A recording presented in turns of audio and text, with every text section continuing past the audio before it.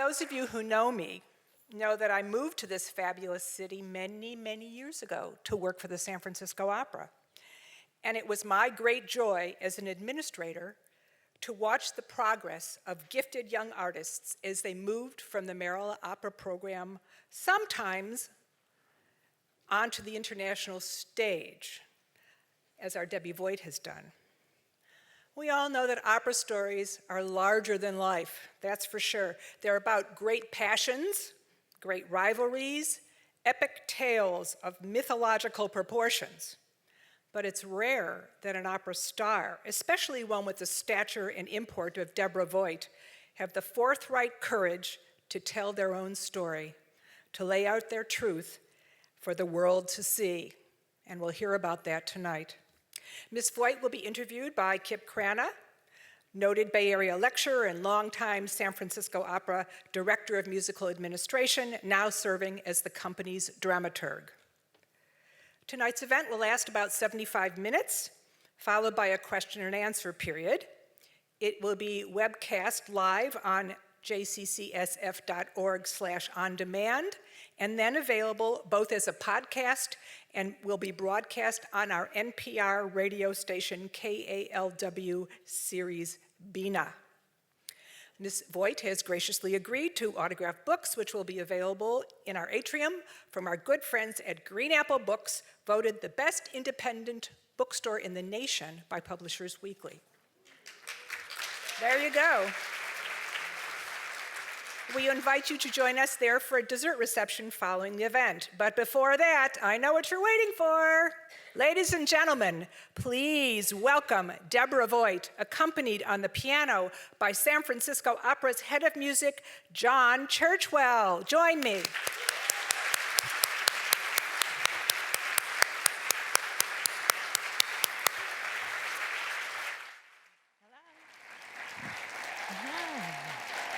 Thank you.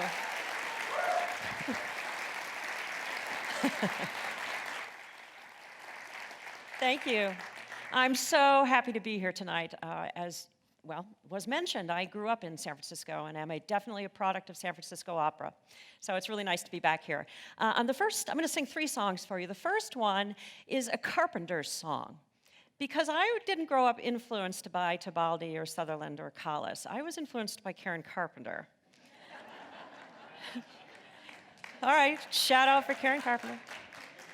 And the second piece I'm going to sing is Zueignung by Strauss, and just because I love it and because I have sung so much Strauss in my life. And the last one I think you'll recognize.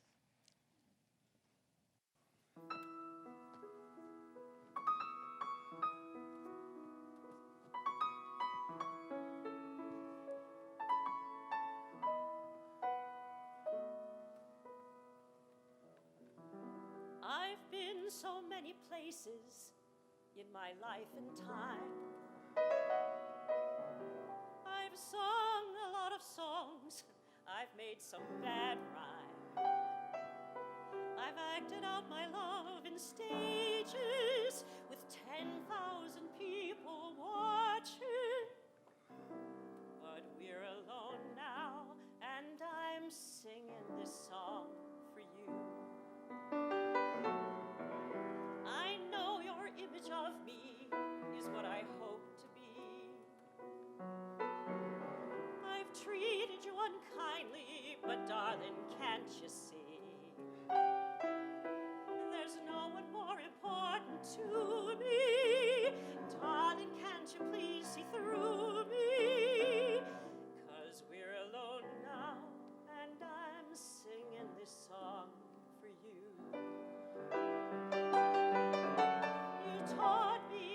Precious secrets of a truth withholding nothing. You came out in front and I was hiding. But now I'm so much better, and if my words don't come together, listen to the melody, 'cause my love is in there hiding.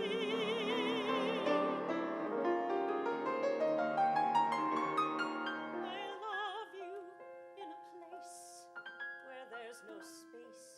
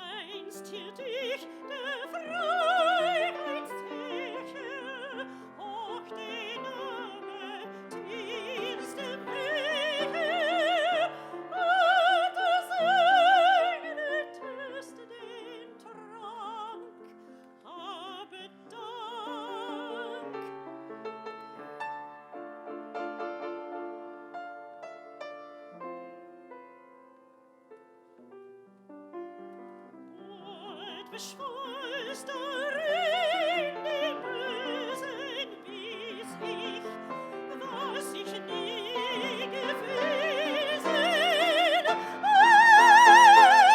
Eilig ans Herz der Sang.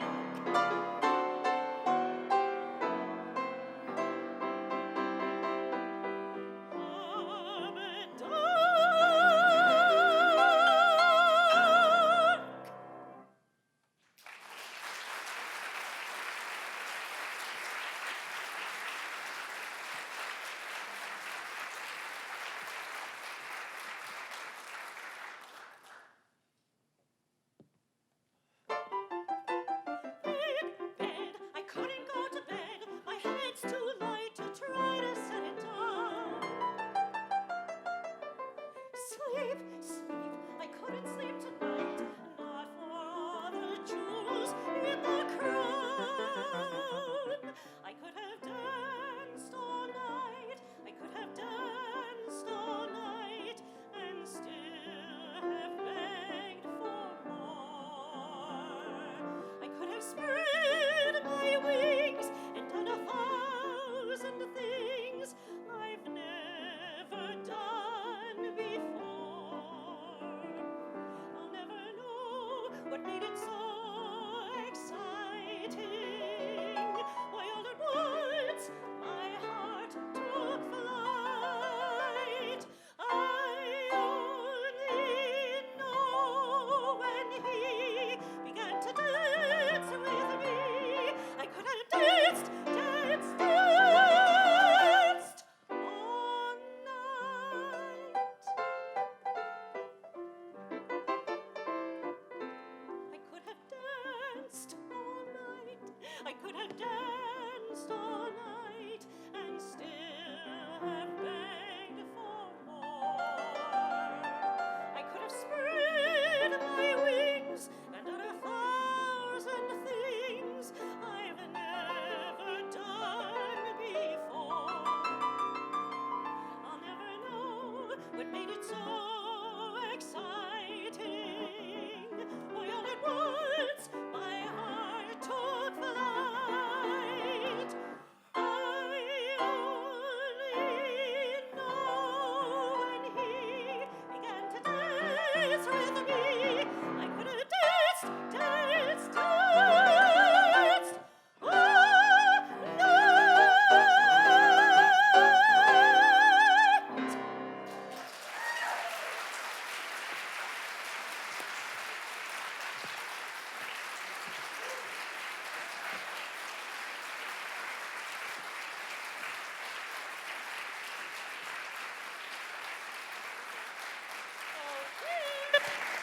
Kid, come on.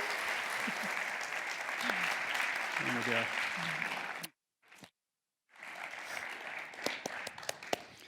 Debbie Voigt, welcome back to San Francisco. Thank you. It's nice to be I here. think there are quite a few people who know you from a while back. And I hope so. It's great to have you all here. And we want to talk about this book. Wow. It has everything in it, not just opera, but stuff about, of course, the little back dress, food, alcohol, men. So It's a good book. yeah, there's material for several operas in there. Why did you decide to do this? Why did you want to Why write did it all? I decide to do this? Well, it was a long process, and it initially began about the time of my being very publicly fired for not fitting into the costume at the Royal Opera House for Ariadne. And that story came out because I was suddenly free, because the contract was canceled and they had to pay it out. This was 2004, right? Yes, I had the time off to have gastric bypass surgery. I had tried every diet known to man from the time that I was a kid all the way up until that point. And I just was tired of it. So had the operation, lost some weight, and thought that I had something to say about that particular issue. I had achieved a certain amount of fame in my world and notoriety, and I thought, okay, I am ready to write this book. And as the process began, I thought, you know, something doesn't feel right. I knew that Brunhilde was coming in the future. I knew that Fanciulla was coming, and I thought, you know, I'm going to have more to say about my career and about these roles, these heroines, if I wait. I think also that I knew that there were other issues that were starting to come up in my life, and that if I was going to tell my story, honestly, I had to put it away. So a lot happened after a lot all that. happened after that. And so decided that it was finally time. Brunhilde happened, Fanciulla happened. I dealt with what I thought were demons that I had put behind me.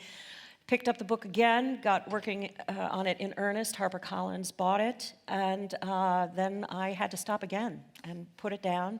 And HarperCollins was really wonderful about it. They, you know, understood that I had to take care of myself, and that it would be a better book and a more complete story once I tried to deal with what was coming up in my life. What did your agent think about all this? Well, you know, I didn't really tell anyone. Well, no, I mean, my agents knew about my life. I mean, I was very close to them, and so they. But when I decided to write this book, I just got it all out. I tape recorded. I have a co-writer. She interviewed me, and I kept saying, "Oh, I can't talk about that. I can't." And she encouraged me, and she was right, to just get it out. And you can go back later and you can edit things. But when I went to the edit process, I realized that I couldn't not talk about this and talk about this and go around this corner and dart this subject. And it just didn't make sense to me. And so I thought, just get it all out. And boy, did I. I think, So yeah. no regrets. You're not unhappy? I don't know. I don't know. It may be too soon to tell. It's only been a couple of weeks. So it was tough telling my parents about some of it, and I didn't even share it with them until I had the hard copy in my hand, which was maybe 3 weeks before it was released. And again, because I didn't want them to say to me, you can't talk about that, or you can't say that because it didn't happen, or for their own reasons. And so I just Let's waited. talk about them a little bit. The first thing that struck me in your book, early on in the book, was the episode you talked about being a little girl left alone, and you ate an entire jar of olives out of the refrigerator. And so reading that, I thought, oh my goodness, this girl had some issues young. Right. Can you talk a little bit about the whole environment? It was not necessarily the ideal growing up for an opera singer. Well, I'm not sure what an ideal for an opera singer would be. I certainly had enough drama, you know, that kind of paid off. I had to get in touch with my deepest, innermost feelings. My parents were really young when they had me. They were 16 and 17 when they got married, and 17 and 18 when I came along. So they were children, and they were trying to do the best that they could. They were raised in a very conservative Christian household, and their interpretation of that sort of religious environment was to be very stern, regardless of what the child was. I was a good kid, so there was this sort of underlying fear in the house that has kind of always been with me from the time I was a little girl. But yes, the olive juice thing, you know, one of the most interesting questions I've been asked on this tour is, why the olive juice? Weren't there cookies or, you know? But I think it was just one of those, it was a childish reaching out at something that I knew was really kind of not acceptable, but the babysitter would wonder why I was drinking olive juice, and she did. Pushing the limits there. Yeah, right. You rebellious 3-year-old. But you were singing from a very early age. Yes. And this was not necessarily what your parents wanted for you. I don't think that they knew what to make of me. Part of the reason I sing, I Could Have Danced All Night, is that one of the first musicals that I ever learned was My Fair Lady. And I had it memorized, I still do, probably better than Fanchula.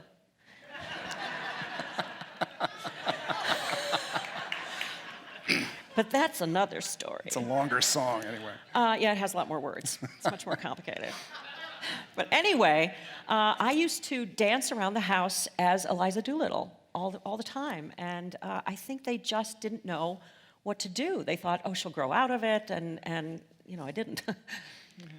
Actually, I know that you found an outlet in religious music. By the way, I can bring you greetings from an old friend of mine who I think gave you one of your first church jobs, Gary McKercher. Oh my gosh, yes. In Fullerton, I believe it was. Yes. Yeah. He says hi. Well, thank you. Hi back, Gary. So at what point did you actually realize that, well, maybe I should get you to tell this story. I remember that the first role you actually sang at San Francisco Opera officially was the offstage voice, the celestial voice in Right. Don Carlo. Right. And you actually had a sort of a celestial voice of a kind in your youth about this whole idea of singing. I did, very, very much so, because as a child, my first instinct about music was that when I sang, I elicited a response from the audience. I just knew that from the time I was a little girl. And because my parents were so religious, most of the singing experiences that I had in public were in the church. And I didn't even begin to think about opera or study opera until I was in high school. And there were 2 possible voice teachers. One was in Los Angeles, and his students were people like Barbra Streisand and Michael Jackson. And he was very expensive and going to be an hour drive for my parents. And the other one was the wife of my choral conductor. And she was there and cheaper. And she was an opera singer. And she started teaching me a classical vocal technique. And I really just took one opportunity after another. I have always been someone who loves opera from this side of the stage. I appreciate it, but for me, it's about being on stage and performing it. Is this microphone working? Okay. I'm hearing you just fine. Okay, good. We opera types, we love microphones. In the book, you talk about this kind of revelatory moment that you felt that was kind of telling you what your destiny was going to be? Yeah, and it has come up in every interview that I've done on my book tour, and it's a very squeaky moment because I had an experience, I was about 14, where I was in my room the very early morning, and I woke up, and I remember like it was yesterday, and I heard some voice say to me, you are here to sing. I didn't know what to make of it. I kept waiting for, lightning or thunder or, angels to float down. But that always stuck with me. And I have kept that in my mind throughout the years. I didn't talk about it until I was 24 and was working with a teacher. And I said, and I was so frustrated because I couldn't, there was a lot of things going on in my life, which you'll read about. And I was having a hard time focusing on being an opera singer. And she said, well, if you don't want to do it, don't do it. You can teach, and I said, but I have to. And I told her about this experience. And then I didn't talk about it again until I wrote the book. That's kind of the key phrase, isn't it? I have to. I know that you've advised young singers nowadays that that's the key. You have to have that desire, or it's really not going to work. It's too hard. It's too difficult. It's too competitive. If it's not your entire being, it's not going to work. And if you're good at it, it is going to take your entire being. It's kind of one of the ironies I've noticed about operatic careers. That part of it, the demands get worse actually as the career gets better. You're true. Never home, and you're always learning something new and always. Yeah, that never ends. But that is also the byproduct of being very lucky to have a very long career and a very public career. Today, if an opera singer's career lasts maybe 10 years, we think that's a success. But I came to San Francisco in 1985, made my Metropolitan Opera debut in 1991. So that's a long time to be in the public's eye. And the very first few years, it's very much the honeymoon phase, as I think of it, because you can't do anything wrong. The critics all love you, you're the new shiny thing, and then you come back and you sing another role, a few years later, well, she's more Germanic than Italian, and it just never changes. The bar gets higher and higher and higher, and the sense of responsibility that you have grows along with that. Yeah, when you're Deborah Voigt, you have to be Deborah Voigt. Please call me Debbie. Davis, right. I threw that line for that reason. Boom, boom. So 1985 was Marilla, right? Since we've got a San Francisco Marilla. audience, we better talk about that experience. That was really... the Marilla Opera Program, I'm sure you all know. Here's the thing about it. Yes, shout out to... Here's what's really... I won in the same season. I won the Met auditions, and I did Marilla. And the Young Artist Program at the Met said, well, we're interested in you, but we're not really sure, so don't accept any other offers without talking to us first. Oh, okay. And I went and sang for Andy Meltzer, Sarah Billinghurst. I assume Terry had something to do with Terry McEwen had something to do with it. Anyway, and I was invited immediately to be a part of the Adler program. And I thought, I'm not even going to call them because these people want me without question. And so that's why I chose San Francisco. And I think that it was really the right choice for me. It's kind of like a boot camp, isn't it? Oh, it's a complete boot camp. And the thing is that when I was in Marilla, we still had Western Opera Theater. And that was the greatest learning experience of my entire career. You were on tour for weeks, going all around the country. On a Greyhound bus. Doing Donna Anna. Doing Donna Anna, and on the nights that I didn't do Donna Anna, I did the chorus, was in the chorus. And then we were also doing a show for children. It was called An Hour for the Opera, and it was an introduction to opera for children. 4 operatic characters, Cho-Cho-san, the barber, I can't remember, but one of them was Carmen. And of course, we had no mezzos on the tour because we were doing Don Giovanni, and I had the best low notes. So I got to be Carmen. All right. At 8 o'clock in the morning.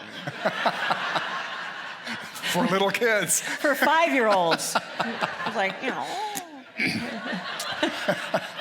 Oh, great. No, they really did. I mean, they were so sweet, though, because, and we were not in the main, the metropolises of the United States. We were in very, very small communities. And these little kids, they just had never seen anything like it, just with their eyes as big as saucers. I remember an episode that you may not recall this at all, but after your debut as the Celestial Voice, you did an onstage role in Yennefer, Janacek, with Charles Macaris conducting. And you did not end up doing the role you were originally cast in. Do you remember I don't. that episode? You don't? Okay. What was I supposed to be? I think you were cast as a maid. I think I sang a maid, And didn't you ended up singing an old shepherdess, according to what my archives tell me.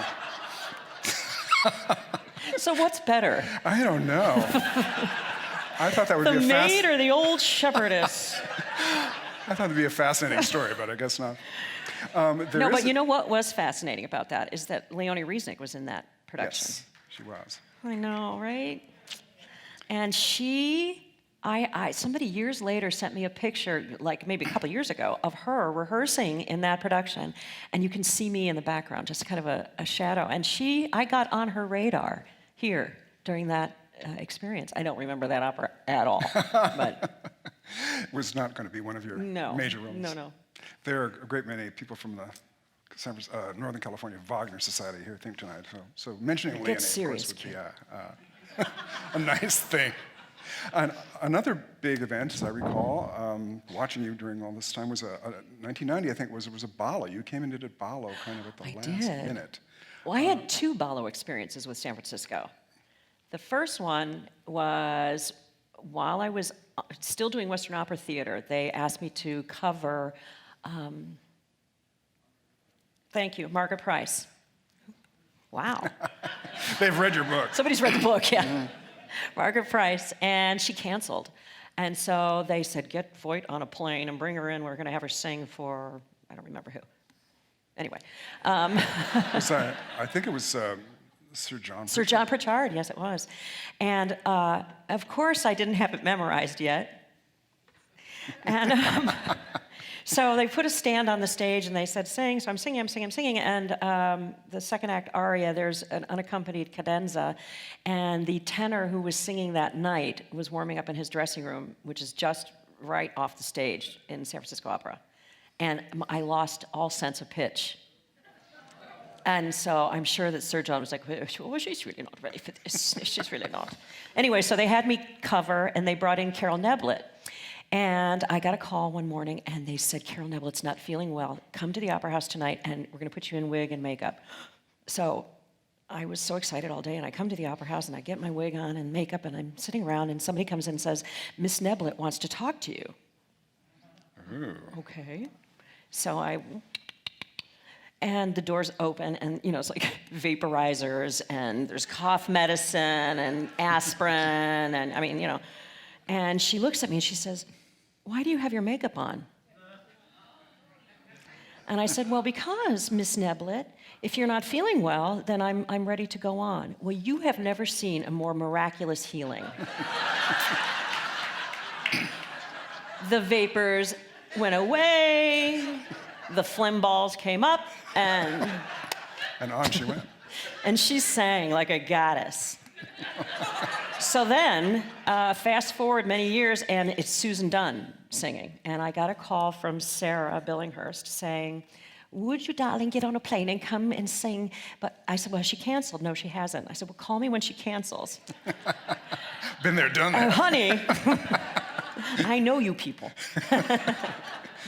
So I did go out and I did sing, and it was fantastic. I've always loved that part.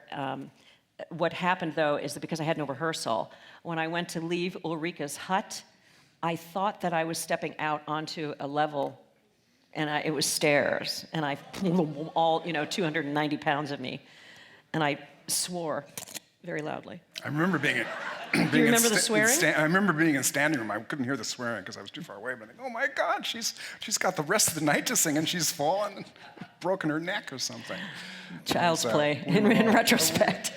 But Balo turned out to be quite a major part for you. It did. In fact, I think there was was it Boston where you got an incredible review in the New York Times that kind of put you on the map? Yeah, that was a review for Ariadne. It was Ariadne, It was my sorry. first Ariadne, and John Rockwell came and wrote this review that my parents couldn't have written. And it was just one of those things. Everything kind of came together at once, and the Met was looking for someone to sing Chrysotomus in a new production of Elektra. And they read this review. Jonathan Friend came to Boston, heard me. I sang for Meister Levine, and I got Chrysotomus, and that really sort of put things on a different playing field. Do you? There was so much going on behind the scenes with you personally during this time. Did you ever stop to think, I can't go on with the problems you were facing? All so carefully outlined in the book with... Yeah, but I think, yes, absolutely. But I think everyone does for their own reasons. And if there's one thing that I've learned about myself in writing this book is the enormous amount of resilience that I have that I didn't know that I had. I mean, a particular event would happen and I would, dust myself off and pick myself up and check in with God again and move on. But when I look back at event after event and situation after situation, I think, wow, it's kind of not surprising that I became an opera singer, because you have to have so much. And I have a lot, it seems. You talk in the book about this conflict that I suppose is not unique, but in your case it was quite a special issue of having a kind of feelings of low self-esteem or self-worth, and combined with kind of the ego that an opera singer has to have. I don't know if you've ever read any of Anne Lamott's books, but she writes about that, and from a perspective of a former alcoholic, and she calls it the piece of shit the world revolves around. And I'm that. Yeah, as you'll find out in reading the book, I did go off to rehab. And one of the things that they do an evaluation of your personality, so that's gonna, and I came up as having incredibly low self-esteem and an enormous ego. That's it. So now you've got the there catchphrase. You go. Yeah, exactly. So who was your support during all these trials and tribulations that you were facing? Who did you turn to? My family, despite what may have appeared to not be terribly supportive in the beginning, has been incredibly supportive as I've dealt with, these things that just kept coming up. And I have a couple of good friends that I trust, and those people were the ones that kept me going. I also have a dog that keeps me going. Woman's best friend. Yeah, well, we should talk a little bit about that. I don't want to give away all the juicy stuff in the book, but after the little black dress incident, and you had the surgery, and it would have seemed outwardly that everything was now back on track Fixed. for you career-wise, Yeah. but it didn't turn out that way. No, I did what we now know scientifically that a lot of women who have gastric bypass do, and that is that they cross-addict. In my case, it was alcohol. In other people's, it's prescription narcotics or whatever. And that is because there's a reason that I weighed 300 pounds. It's not like, I was just a big girl who sang Wagner. I was morbidly obese, and so when I walked out on stage, it was right in your face. And I've lost train of thought now. Well, we're talking about the new addiction that came after getting rid of the Well, old yeah, one. it came up pretty quickly. It was a period of a few years that I thought that I had dealt with it. I had a very, very scary bottom, and I really thought that I was back on track after that happened, and I should have been. It should have scared me enough, but I mean, you sort of hit bottom. I did, yeah. I had a very, But you pulled out of it. I pulled out of it, but I still hadn't really surrendered to it. I think there comes a time when you deal with something over and over and over again that you have to stop fighting it and accept that it's there, and what am I going to do to change it now so that my life will be happier and better and not so frightening. Wow, this is fun, isn't it? Oh, right. Well, in the meantime, you were doing all these incredible roles around the planet, and I'd love to hear you talk a little bit about some of the experiences that we might not know about here in San Francisco. We've heard, of course, about the machine at What? the Met and in the machine, in right, the right. ring. You called her her. Her, Right? Her. yes, her. Well, yes, because she was the biggest diva in the room. She was overpaid. She had a weight problem. And she was temperamental. So, yeah. But you got along. Right? You did all right. Every morning I said, "Good morning, Miss Machine." No. I love the Metropolitan Opera. I've loved all the opera houses. Well, not all of them, but most of the opera houses I've sung in. And I do throw myself into whatever I'm doing. And I thought that I believe what the Metropolitan Opera was doing was something that had never been done before. It was technically surpassed anything that had been done on an opera stage. And I wish that people had had a chance. There was a documentary made on the making of the Ring Cycle, the Lepage Ring Cycle. It's called Wagner's Dream. And it explains the complexity of that production. And I think that if people had a chance to see that first, there would be a little less, oh, what is this terrible thing? And, maybe a little bit more open-mindedness to it. That being said, I do wish that, because the machine was so complicated, it took almost all of Robert Lepage's energy and focus. And here I am trying to sing my first Brunhilde. So that was tough. I felt like I had to really dig down, and in a way, maybe it was better because I had to make decisions about the character and the arc of her from the minute we see her as a tomboy until we see her die at the end. And it's not for amateurs. You don't come out of your Adler Fellowship singing Brunhilde. Not right away, at least. No. That production of The Ring, of course, was much talked about, was not far out there as far as productions go, it would seem to me. What would you say was the wackiest you've ever been in? Are there too many to name? No, the thing of it is that because of the fact that I was such a big lady, I wasn't asked to do a lot of the wacky stuff. Because like 300 pounds crawling out of under a couch is not attractive. I don't know. So I didn't. So you escaped some of them. No, wait. I did have the Robert Wilson experience. That's the slow motion everything. Slow down, Debbie. Yeah. That was Tristan? No, the first time that I encountered him, I was covering Jesse Norman as Alceste in Chicago. And there was, Bob had the covers come out for 6 weeks before the principal showed up so that he could practice his staging on us. He's famous for that, endless. Yeah, we spent the first 2 hours trying to walk from one side of the stage to the other in exactly 2 minutes. So, but I was very green and very young and very naive, and so at one point I'm on the ground, like this, and he says to me, "Do you think Jessie will do that?" Well, I don't know her, but What do you think? she didn't. Fast forward. You've done Salome, of course, in recent years. What does that mean, Salome? I'm thinking about the dance. Woo! What was that like? I did, Kip. Yes, I know. I did it in Chicago for the first time, and I've done it subsequently in Washington and Tokyo, and most recently in Dallas. And it was incredible. I never, ever thought that I would sing Salome. I sang the final scene in concert quite a lot, and I always used to joke that if I ever did the Salome, it would be the dance of the 77 veils, because... Take a little longer.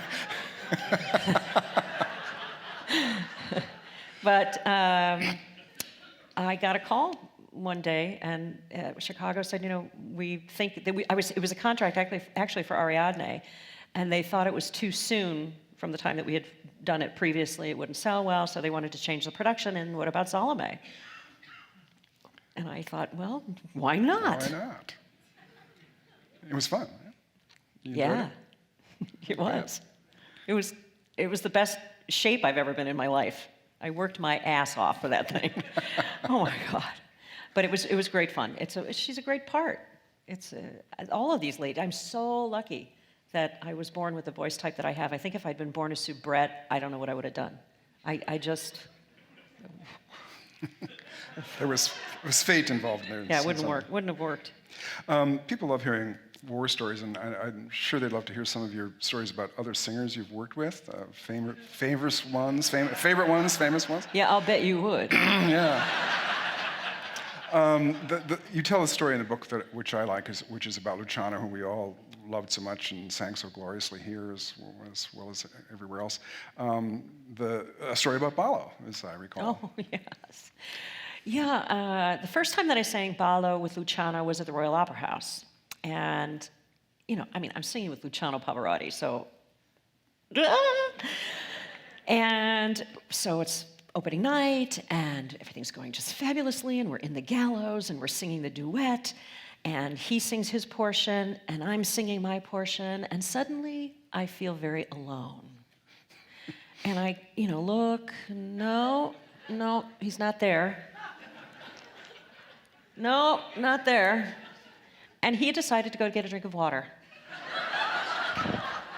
in the middle of the duet.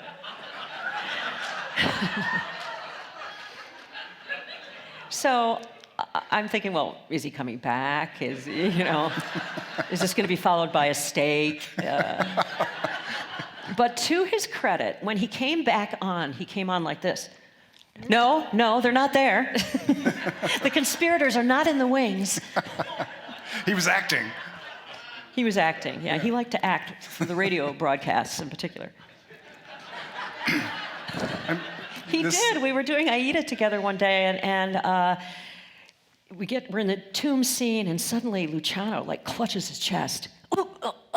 I think, oh my God. And so I'm so sick and twisted, and I out myself in the book that one of the very first things that went through my mind is the trivia question that would come. In the arms of which soprano did Luciano Pavarotti?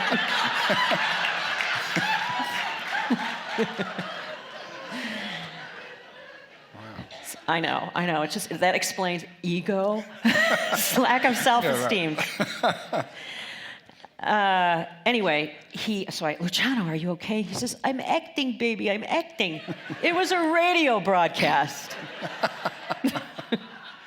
With that emotion. But the emotion. Really. Since you mentioned this whole thing about getting a drink, I'm reminded about a story that Jane Eaglen told me about Isolde in the second act, that long duet. I'm curious if you've had this problem there of needing a drink and what kind of drink are we talking about? I'm thinking about this, Yes, I've wanted that and something much stronger.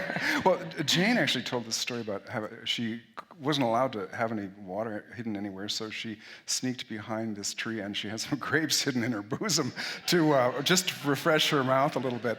I'm just curious if you ever had to do this little thing about... She told this to the Wagner Society. I was interviewing her. And there's just so much fodder in that right there. I'm just going to leave it alone. Really? Yes, of course we. Mine was and is lifesavers. Ah. Yes, I put a little lifesaver in there. Just for that emergency moment. A lot less of them today than 20 years ago. Well, I know they're there somewhere. Wait.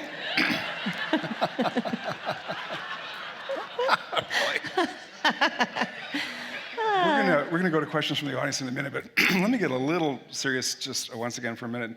Because another thing that struck me so much in the book, you're talking about your romantic relationships, and you had this phrase that you realized was applicable, which was choosing unavailable men. Mm-hmm. Can you talk a little bit about that and what kind of self-realization you've come to about that? Well, after years and years of therapy, the thing about therapy is that ultimately you find out the whys of your experiences, but that doesn't fix it in the end. But I think my father traveled a lot when I was a young person, and he was emotionally unavailable.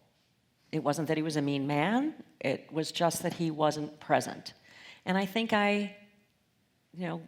little girls grow up to want their daddies, and I think I just keep finding the man who is either unavailable because of another relationship or unavailable emotionally or, whatever it might be. Or I have a broken picker. I pick the wrong guys. But they're so much fun for a period of about that long. Well, having come to that realization, where are you thinking now about this? Have you kind of ruled out a relationship at this point going forward, or are you open to the possibility? Oh my God. Not that I have anybody in mind for you, but I'm just... I was going to say, where's the list? Because there are just so many eligible men out there.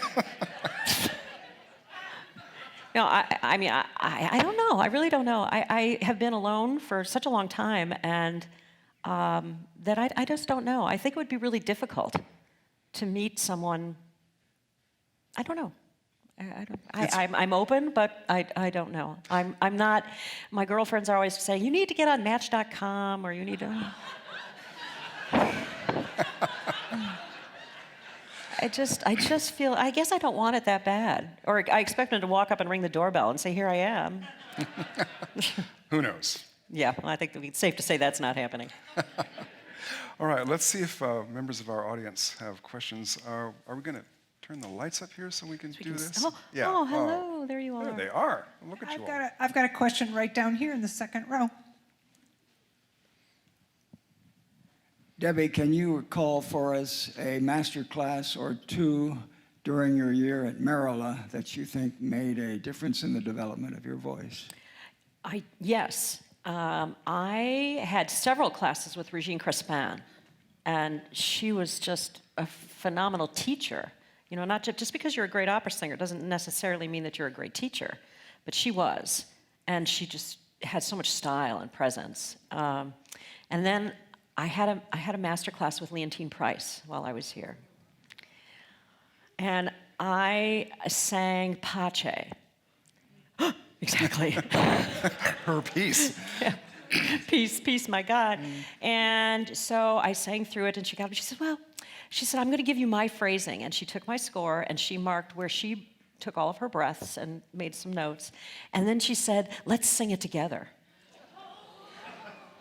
And so I held hands with Leontine Price and sang Pace through the whole thing. But the really great part was that she had on her hand the most enormous diamond I had ever seen in my life. It was gorgeous. So, of course, I say to her afterwards, oh, Miss Price, thank you so much for giving me your phrasing, but I just have to tell you that ring is really gorgeous. And she said, Debbie, I bought that ring for myself so no one can take it away. Again. Buy own ring. Right.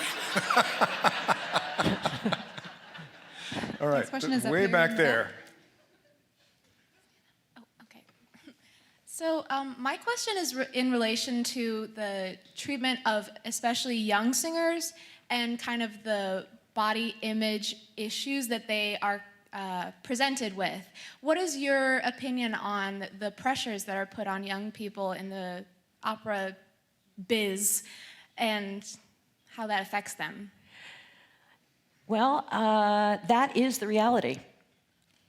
You're going to have to deal with it. If someone has an incredibly wonderful voice, they're going to float up to the top. That's going to happen. But by and large, you're going to have to be competitive. You're going to be up for the same roles as A, B, C, soprano, mezzo, whatever.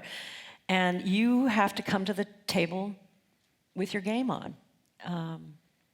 I mean, I have young people say to me, well, should I be taking acting lessons for the camera now? And I remind them, there is really only one opera house in the world that is doing that. If you get there, then we'll worry about it. Right now, get your technique together and sing a nice line, and let's worry about cameras later. Don't get ahead of the racehorse, you know? But you look great. Here we go. But it's true, the high def doesn't lie, so... Oh, that's a please. huge The only point. thing that's meant to be seen in high def is a football game. But you're part of the operation now, hosting these am. Met broadcasts. You're having fun doing that. I love it. I love it. It's so much fun. It's easy, and I have a good time. I get to know singers that I would never get to know. You know, I don't know the Rossini gang. But if I'm hosting the Barber of Seville, I get to know the Rossini gang. And they're different. Yeah. Oh, yeah. Do you think this whole thing is changing the opera audience, this idea of watching opera in a movie theater? I don't know. I think that the jury's still out on that one. I mean, I suppose it brings in an audience that is going to see the opera anyway. But I'm not sure we're seeing the statistics that tell us that if they see it in a movie theater, they're therefore going to buy a ticket in the house. I'm not sure that that's really... But then again, if I'm out doing a recital someplace where there is no major opera house, then people have an option. There's something really beautiful about that. And selfishly, as an artist who's been on both sides of that camera, what that visual, what that presence does to build your career is just, there's no publicity team that can do that. I'd never sung in Mexico City before, but they have the Met in HD. So when I went out on stage to sing a recital, they knew me already, and that's priceless. Who else has a question out there? Here's a question up here. Where are we? Debbie, hi. We went to high school together. And, Well, who are you? well, you knew me as Julie Winestuff. Oh, my goodness. Hi. But I just have to say, it's really thrilling to hear, where you are now and reconcile with what I remember from high school. And I remember,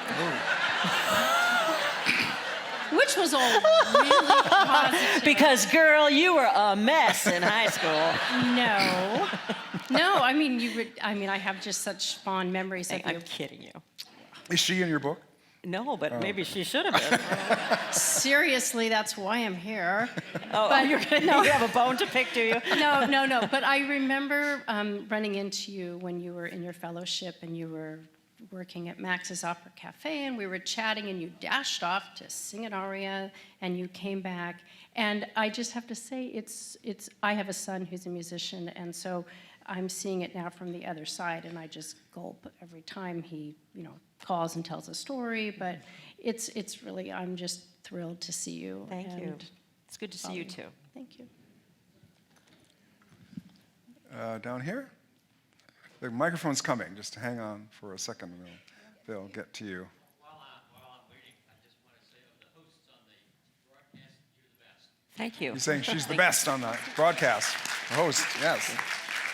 It's You can send your letters to Peter Gell, care of the Yes. Metropolitan Opera. it's harder than it looks, isn't it? I mean, you look relaxed and having a fun It's- time, but I have a good time. I mean, it's a little, you have to be quick on your feet because anything can happen and a singer can go off on a tangent and you have to kind of get them rolled in. The worst part about it is that there are time limits to these things. It's being shown internationally. So we have 3 minutes for an interview, and there's a stage manager that's standing right there, and they hold up something and says, okay, 2 minutes, okay, fine. Then a minute, then 30 seconds, and then they're standing there going, okay. And they're blah, blah, blah, blah, blah, blah, blah, blah, and then they go, And that's about the time the singer is giving a shout out to his homeland. right. And then they say that Debbie Voigt, she didn't let him talk. And so, but for the most part, it's a lot of fun. So my question is, when you had your procedure to lose weight, one, were you afraid it would affect your voice? And two, do you think it affected your voice? And were you aware of it after it happened? Of course, I was concerned about it, but I was so sick of being trapped in that body that I had to make a change. And I also knew that if I was going to remain viable as a performer, as we have acknowledged, the opera world has become more visually oriented. And I knew that if I wanted to sing Minnie, if I wanted to sing Brunhilde, that I had to get the weight off. I think that it's hard to say whether losing weight affected my voice or getting older affected my voice. The fact that I did grow into be a Brunhilde means that the voice is going to get steelier and more silver as opposed to where it was at the age of 30. It's a kind of natural progression. I will say that when I was losing the weight, about every 20 pounds or so, I would feel really disconnected to my body. Because when you carry that much poundage, you take a breath, and your weight engages all of the muscles for you. You don't have to really do the work. It just goes chewing right out into the opera house. So I had to sort of rethink, and that process took a lot longer than I thought it would. Did you work with somebody on that, or were you just? I did, yeah. I switched teachers. I'd been with Ruth Falcon for 16 years, and I just knew that I was getting older, and things change, and I needed someone who had taken women in particular through their mid to late 40s. Mm-hmm. And so I did change teachers. There's a Luciano-related story that I'd love to have you tell about this gastric bypass. Yeah, this microphone's making me insane. You can still hear me? Yeah. I got a call in the middle of the night, like 2 o'clock in the morning, and hello, is this Deborah Voigt? Yes, hold for Luciano Pavarotti. I'm thinking, who is this? Very funny. April Fool's, right? But it was, in fact, Luciano. And he had heard that I had had gastric bypass surgery and that I was, dropping weight left and right, and he wanted to know about it. He said, well, how does it work? I explained to him as best I could about what the procedure entails, and he said, so you have to change everything the way you eat. And I said, yes, Luciano. It's not a cure. It's a tool. And it was a really lovely conversation. And sadly, he died maybe 2 years after that. So there wasn't time for him to really follow through on that. I don't know. If he's Luciano Pavarotti, does he need to lose weight? I don't know. Yeah, I know. Did I? Yes, I did. Do we have another question? I think I'll take the last one.